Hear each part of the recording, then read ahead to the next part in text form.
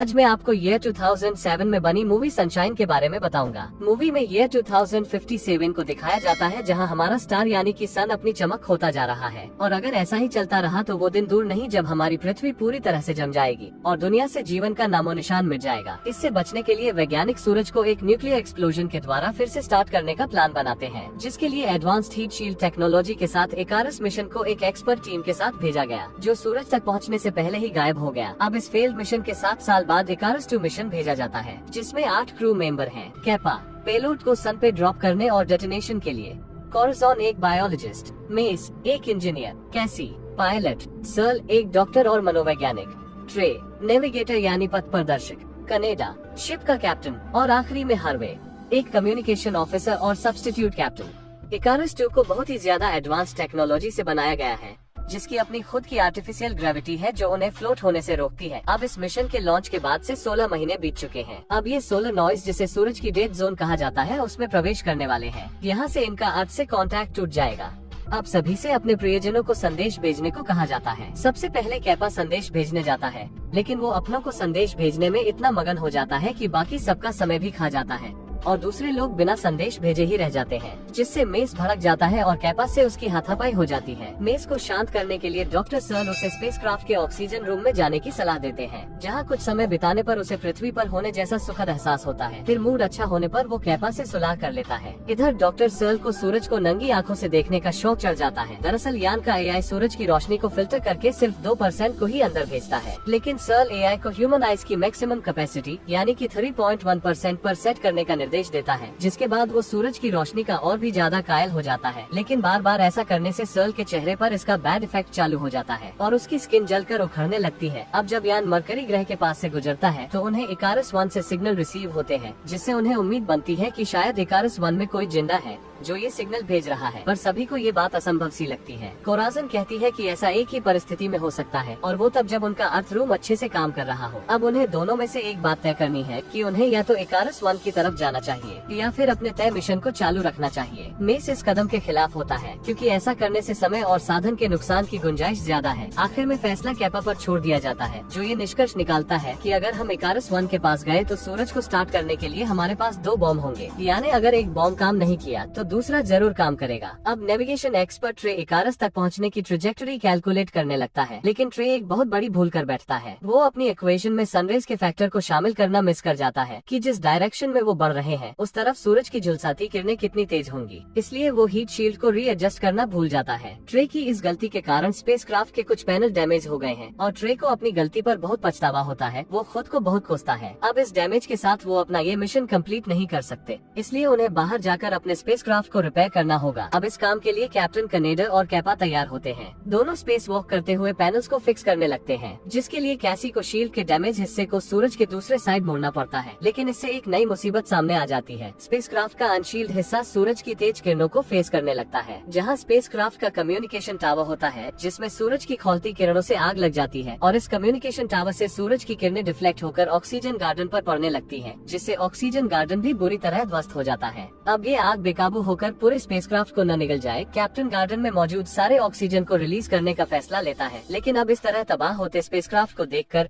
AI heat shield के direction को सही दिशा में करना शुरू कर देती है। अब इस बात से अनजान कैपा और कैप्टन कनेडा हीट शील्ड को ठीक करने में लगे होते हैं, क्योंकि कैसी कैपा और कैप्टन कनेडा को खोना नहीं चाहती है। वो कंट्रोल एआई से वापस अपने कंट्रोल में लेने लगती है, मगर इस इमरजेंसी सिचुएशन में एआई एक और क्रू मेंबर की रजामंदी मांगता है। मेस रजामंदी देने से इनकार करता है, पर कैसी उसे किसी तरह से मना लेती है। लेकिन शिप का डैमेज बढ़ता देख मेस अपना विचार एक बार फिर से बदलता है और शिप से बाहर मौजूद कैप्टन कनेडा को परिस्थिति की गंभीरता के बारे में समझाता है। कैप्टन कनेडा भी सहमत होते हुए कहते हैं मिशन से बढ़ के कुछ नहीं है, इसलिए अपनी जान की परवाह न करते हुए कैप्टन एआई को कमान सौंप देते हैं और स्पेसक्राफ्ट को ओरिजिनल पोजीशन सेट करने को कहते हैं। अब कप्तान बाकी बचे हुए शील्ड को खुद रिपेयर करने का निर्णय लेते हैं और कैपा को तुरंत शिप में लौट जाने का आदेश देते हैं। अब कनेडा के ऊपर से धीरे धीरे डार्क साइड गायब होने लगती है। अब सारे पैनल्स को पैच करने के तुरंत बाद कैप्टन कनेडा डायरेक्ट सनरेज के संपर्क में आकर भस्म हो जाते हैं। लेकिन अब बाकी बचे क्रू मेंबर्स के सामने एक और बड़ी समस्या आ खड़ी होती है, क्योंकि ऑक्सीजन गार्डन खत्म होने के बाद उनके पास अब लिमिटेड ऑक्सीजन ही बचती है, इसलिए उनके पास आखिरी चारा इकारस 1 है। वही ट्रे का मानसिक संतुलन बिगड़ने लगता है क्योंकि वो खुद को इस सबका जिम्मेदार मान रहा है। वो आत्महत्या करने की कोशिश करता है तो क्रू को मजबूरन उसे बेहोश करना पड़ता है। इसके तुरंत बाद वो इकारस 1 से जुड़ने में सफल हो जाते हैं और मेस, कैपा, सर्ल और हार्वे उसमें प्रवेश कर जाते हैं, जहाँ वो देखते हैं कि वहाँ खाने पीने के सारे साधन और ऑक्सीजन गार्डन भी सही सलामत है। लेकिन वहाँ इसी इकारस 1 के कैप्टन पिनबेकर का एक वीडियो देखकर वो हैरान रह जाते हैं, जिसमें जले हुए चेहरे के साथ पिनबेकर ये कह रहे हैं कि सूरज का बुझना भगवान की मर्जी से ही है, क्योंकि वो अब धरती से पाप को मिटाना चाहता है। इसके बाद उन्हें व्यूइंग रूम, जहाँ से सूरज को सीधे देखा जा सकता है, में बाकी क्रू मेंबर के अजीब शव बरामद होते हैं, जिसे देखकर साफ समझ आता है कि किसी ने फिल्टर को टर्न ऑफ कर दिया था, जिससे उन सबका शरीर सूरज की रोशनी में झुलस गया। अब किसी अननोन कारणों से इकारस 1 और 2 के बीच का एयर लॉक एक विस्फोट के साथ अलग हो जाता है, जिसके कारण अब वो बुरी तरह से फंस गए हैं। लेकिन भाग्यवश उन्हें स्पेसक्राफ्ट में एक स्पेस वॉक सूट मिल जाता है। तभी मेस को एक तरकीब सूझती है कि कोई एक इकारस में पीछे रहकर मैन्युअली एयर लॉक को ऑपरेट करेगा, जिससे बाकी सभी उसे उत्पन्न एयर प्रेशर से खुद को इकारस 2 की तरफ लॉन्च कर सकते हैं। पर इस टास्क के लिए किसी एक को पीछे रहकर अपना बलिदान देना होगा, जिसके लिए डॉक्टर सर्ल तैयार हो जाते हैं। और क्योंकि पेलोड को सन में डेटोनेट करने के सबसे अहम काम का एक्सपर्ट कैपा है, स्पेस सूट उसे ही दिया जाता है। हार्वे इसका विरोध करता है, लेकिन अंत में उसे मानना ही पड़ता है। अब हार्वे और मे स्पेसक्राफ्ट में मौजूद इंसुलेशन को खुद पर लपेटकर कैपा को पकड़ के इकारस 2 की तरफ लॉन्च हो जाते हैं। पर दुर्भाग्यवश दोनों अपनी पकड़ खो बैठते हैं। पर कैपा मेस को सही समय पर दबोच लेता है, लेकिन हार्वे डार्क स्पेस में निकल जाता है। स्पेस सूट के अभाव में उसकी ठंड से जमकर मौत हो जाती है और स्पेसक्राफ्ट से टकराकर उसके शरीर के टुकड़े हो जाते हैं। अभी तक तो इकारस 1 को इकारस 2 की शील्ड ने सूरज की किरणों से बचा रखा था, लेकिन अब इकारस 2 चल पड़ा है और जल्द ही सूरज की तेज किरणों से जलकर सर्ल की मौत हो जाएगी। हकीकत को स्वीकार करते हुए सर्ल सूरज को अपनी आंखों से सीधे देखने के अपने जुनून को पूरा करते